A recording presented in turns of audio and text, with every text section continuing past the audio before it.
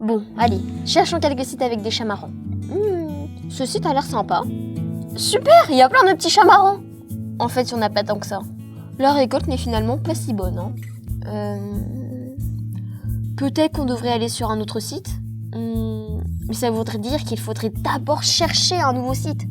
Et on a déjà quelque chose ici. Alors, est-ce qu'on doit rester ou est-ce qu'on doit partir? En fait, quand on est sur internet, on cherche des informations un peu comme une mésange roulant des fruits. Elle choisit sur quel arbre aller et combien de temps y rester pour manger avant d'aller sur un autre arbre. Les écologistes, les vrais, les scientifiques, ont pas mal de modèles mathématiques qui décrivent comment chaque animal se nourrit. Un de ces modèles a été créé pour expliquer quand et pourquoi un animal change de zone pour se nourrir de manière optimale. Et c'est étonnant, mais ce modèle fonctionne également parfaitement pour les humains quand ils surfent sur le net. Les maisons chez nous, on fonctionne de la même manière. On se nourrit dans un seul endroit jusqu'à ce que la récompense est plus faible que ce qu'on semble pouvoir trouver ailleurs. Ce genre de calcul est bien sûr inconscient. On se rend juste compte que l'arbre est de plus en plus vide et on s'en va sans vraiment réfléchir. Ça a l'air logique et simple dit comme ça, mais en fait, on dépense notre temps et notre énergie exactement de la même manière que les animaux se nourrissent. Et sans s'en rendre compte, on le fait de la meilleure manière possible. Par exemple, on a découvert que les écureuils qui faisaient de grandes distances pour récolter des graines faisaient de plus grosses réserves que ceux qui n'avaient pas besoin de beaucoup se déplacer pour en trouver.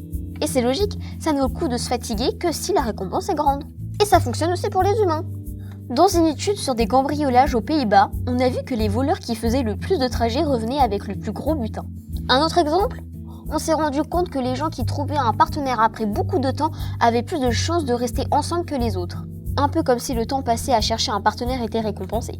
En fait, si nous optimisons nos comportements comme les animaux, c'est parce que nous sommes des animaux. Du coup, notre cerveau possède les mêmes bases que les autres animaux pour les prises de décision.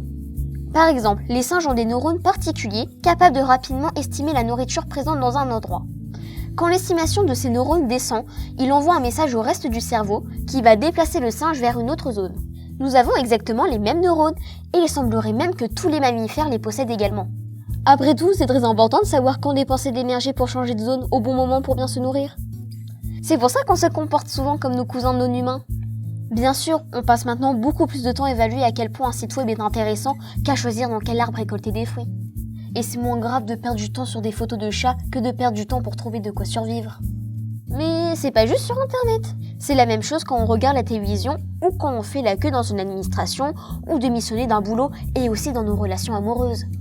En fait, ce sont toujours les mêmes neurones qui balancent le pour et le contre et nous guident chaque jour. Ce qui veut dire qu'on a un peu une cervelle d'oiseau.